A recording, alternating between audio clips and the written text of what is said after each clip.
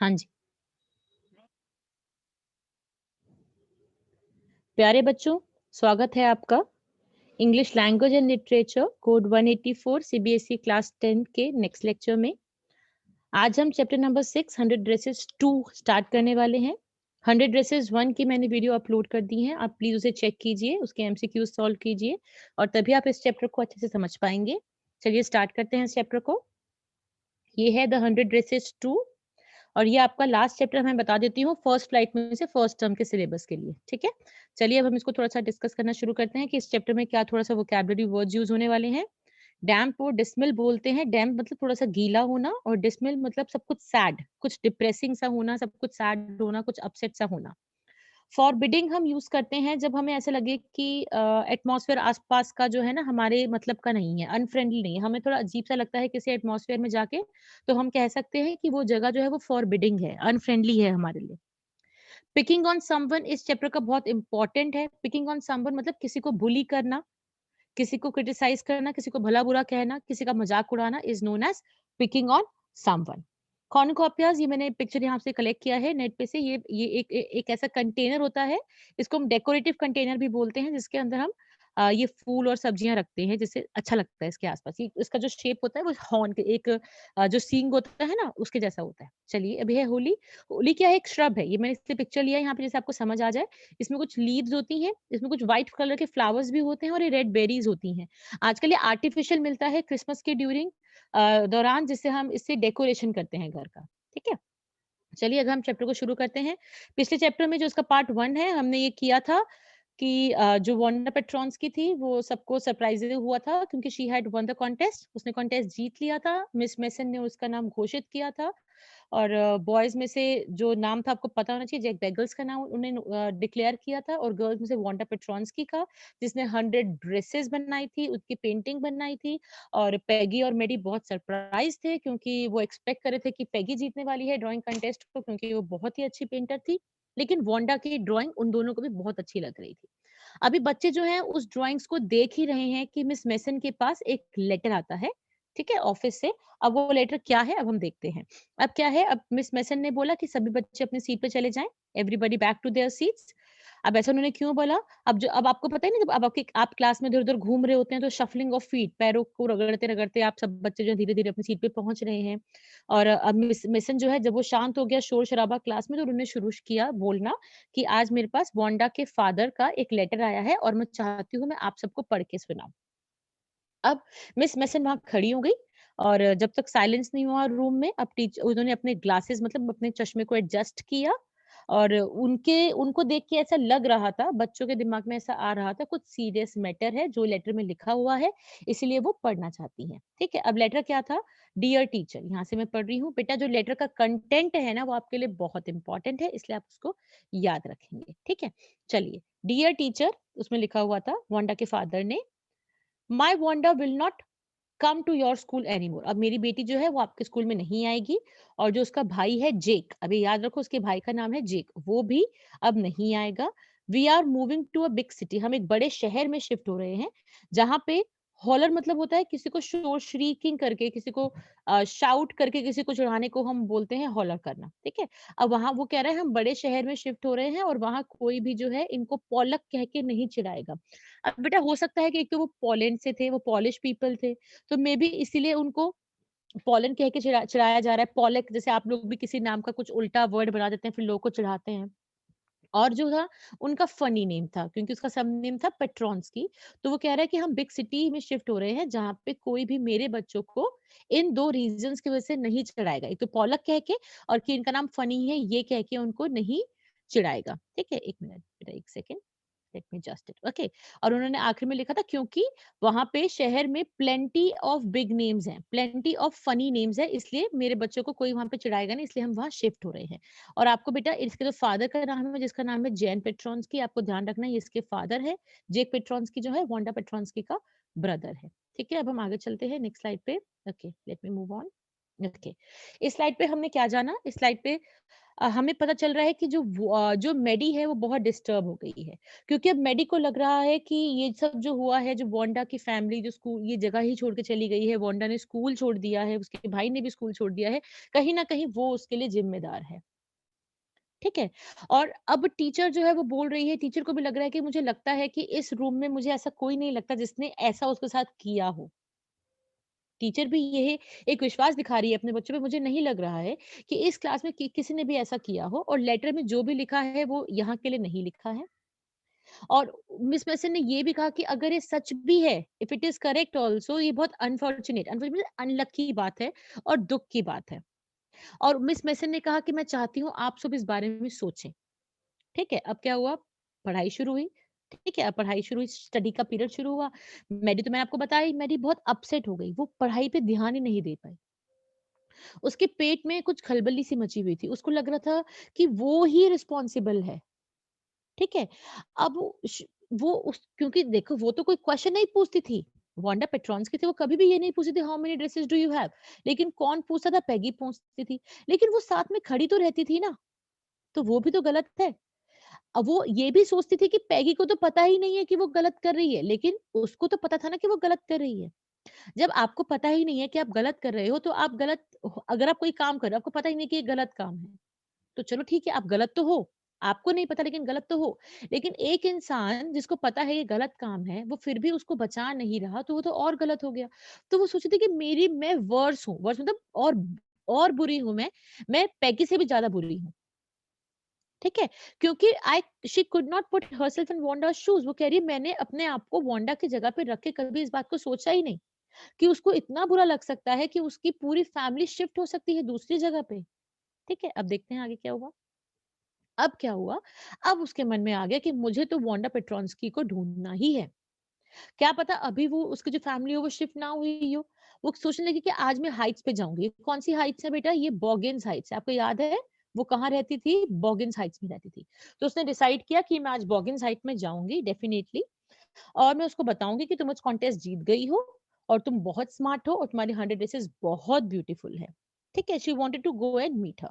अब हुआ क्या, जब स्कूल डिसमिस हुआ, ठीक है? तो अब पेगी बड़ी कैजुअल तरीके से उसके पास आई, और उसने ये भी सोच लिया था कि अगर पेगी नहीं जाएगी तो नहीं जाएगी, मैं अकेले जाऊँगी। लेकिन जैसे ही स्कूल ओवर हुआ, पेगी अपने आप उसके पास आई और उसने क्या कहा?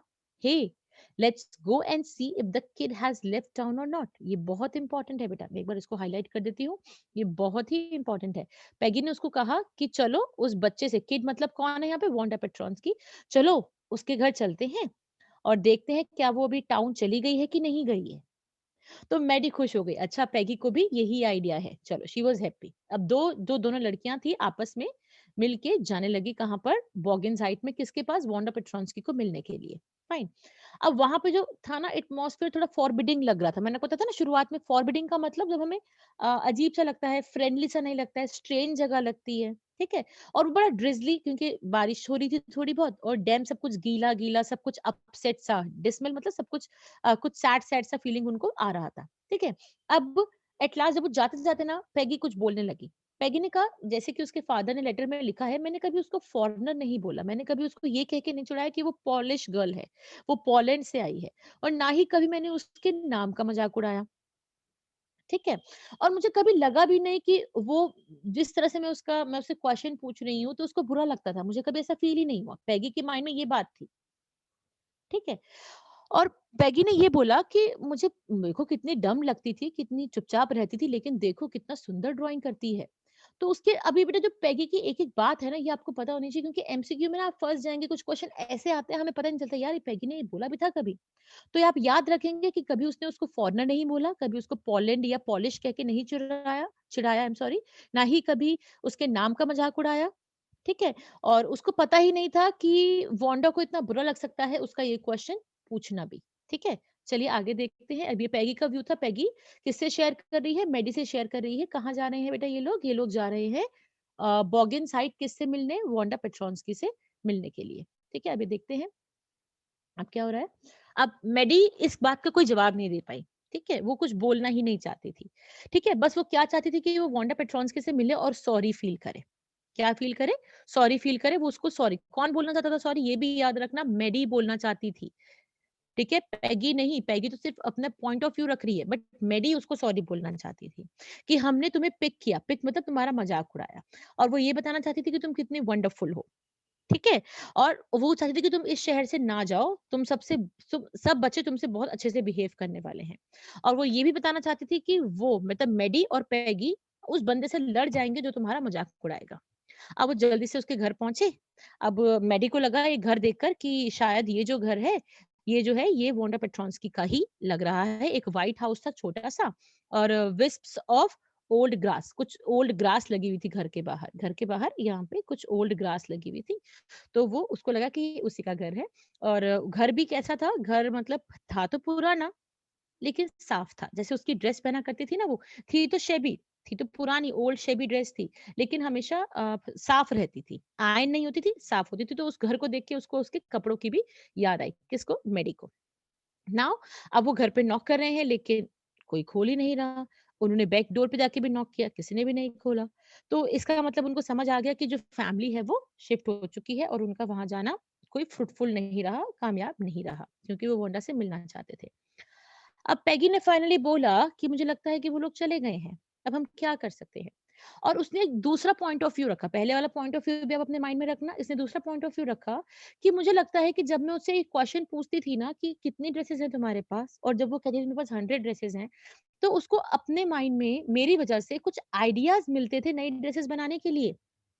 तो मुझे लगता है समवेयर डाउन द लाइन कहीं ना कहीं मैं रिस्पॉन्सिबल हूँ उसको इतने अच्छे आइडियाज देने के लिए।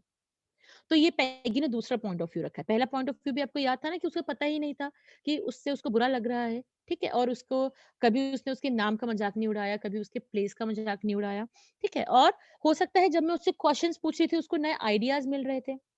लेकिन मा मैडी की क्या हालत थी? मैडी जो थी ना, वो बहुत परेशान थी, बहुत बुरा फ़ील कर रही थी, पूरी रात सो नहीं पाई।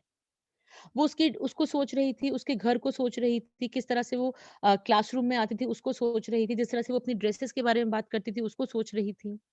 अब फाइनली वो बैठ गई और अपना सर दबाने लगी, क्योंकि उसको बहुत टेंशन हो रही थी। अब उसने एक बहुत इम्पोर्टेंट कंक्लूजन, एक डिसीजन लिया अपनी लाइफ में। उसने डिसीजन लिया, अगर कोई किसी को पिक करता है, बेटा बार-बार मैं पिक वर्ड इसलिए यूज़ कर रही हूँ, इससे आपको भी याद हो जाएगा। अगर किसी को कोई बुली करता है, क्रिटिसाइज़ करता है, उसके फनी लुक्स के ऊपर, उसके अजीब से नाम के ऊपर, मैं बोलने वाली हूँ। चाहे मुझे पैगी की फ्रेंडशिप तोड़नी पड़े, लेकिन अब मैं स्टैंड लेने वाली हूँ। अब मैं बिल्कुल नहीं सोचूँगी कि मेरी पैगी से फ्रेंडशिप टूट जाएगी। मैंने ये डिसीजन ले लिया है अपने माइंड में, I am going to take stand, और मैं किसी को अनहैप्पी नहीं करने वाली हूँ। अगर कोई गलत काम करेगा, मैं बोलने वाली हूँ, इसको रोक दो, ये गलत काम है। ठीक है? मैं किसी को किसी का मज़ाक उड़ाने नहीं दूँगी अपनी आँखों के सामने। ठीक है? ये मैडी ने बहुत बड़ा डिसीजन लिया। अब क्या हुआ, अब सैटरडे आया, लास्ट वर्किंग डे था, मतलब इन द सेंस कि वीकेंड था, छुट्टी थी। तो वो दोनों बैठी और दोनों ने सोचा चलो हम आज वांडा को लेटर लिखते हैं। अब ये बहुत इंपॉर्टेंट स्लाइड है, बेटा ध्यान रखना क्या-क्या लेटर वो लेटर में क्या-क्या कंटेंट लिख रहे हैं, ये भी एमसीक्यू में बहुत बार पूछा जाता है। अब उन्होंने क्या-क्या लिखा उस लेटर में? एक ये फ्रेंडली लेटर था। उन्होंने बताया कॉन्टेस्ट के बारे में कि वो जीत गई है। ये पहला पॉइंट हो गया। दिस इज़ फर्स्ट पॉइंट, ठीक है? हाउ प्रेटी हर ड्राइंग्स वर, उसकी ड्राइंग्स बहुत प्रेटी थी, ये दूसरा पॉइंट हो गया। Third, if she like the place where she is living now, जहाँ पे अब वो शिफ्ट हुई है, उसको जगह कैसी लग रही है? फोर्थ, क्या उसको नई टीचर अच्छी लगी है? ठीक है? तो ये 4 पॉइंट्स आपको अपने माइंड में रखने हैं। कॉन्टेस्ट के बारे में बताया, उसकी ड्रेसेस बहुत सुंदर थी, ये बताया, उसकी नई जगह कैसी है, ये पूछा, और क्या उसको अपनी नई टीचर अच्छी लग रही है, ये पूछा। एक फ्रेंडली लेटर था, इन्होंने ये नहीं लिखा कि वी आर सॉरी, उन्होंने कोई माफ़ी नहीं माँगी, बस आखिरी में क्या लिखा, एक्स इज़ फॉर लव। जैसे हम लिख देते हैं ना, love you and we make like this, that means कि इतने टाइम्स। तो उन्होंने एक फ्रेंडली लेटर लिख के ये सब करके उस लेटर को उन्होंने फॉरवर्ड कर दिया, और उन्होंने उसके ऊपर क्या लिख दिया बेटा, ये भी इम्पोर्टेंट है, उसने लिख दिया प्लीज़ फॉरवर्ड। प्लीज़ फॉरवर्ड का मतलब होता है, क्योंकि उनको पता है कि बॉगिन साइड पे तो वो नहीं रहते हैं, लेकिन उसका नए एड्रेस पे वो उसको फॉरवर्ड कराना चाहते थे। अब बहुत दिन निकल गए और कोई जवाब नहीं आया। ठीक है? अब वांडा हो सकता है उनसे बहुत नाराज़ थी। अब इनके माइंड में बात आ रही है कि या तो वो उनसे बहुत ज़्यादा नाराज़ है, या उसको लेटर मिला ही नहीं है। या तो बहुत हर्ट है, या वो इतनी गुस्सा है कि वो आंसर देना ही नहीं चाहती है, या उसको मिला ही नहीं है। तो कोई भी बात हो सकती है, अगर मिला है तो वो हर्ट है या एंग्री है, या उसको मिला ही नहीं है। ठीक है बेटा? आप इस चैप्टर को यहाँ तक पढ़ लीजिए डिटेल में, और कोई भी प्रॉब्लम आती है आप मुझे डिस्कस कर सकते हैं कमेंट बॉक्स के थ्रू। आज के लिए बेटा ये वाला वीडियो काफ़ी है। हम नेक्स्ट वीडियो में इसी चैप्टर को आगे प्रोसीड करेंगे और हम कुछ एमसीक्यू क्वेश्चंस भी डेफिनिटली देखेंगे। आप कनेक्टेड रहिए, लाइक करते रहिए, शेयर करते रहिए। Thank you kids.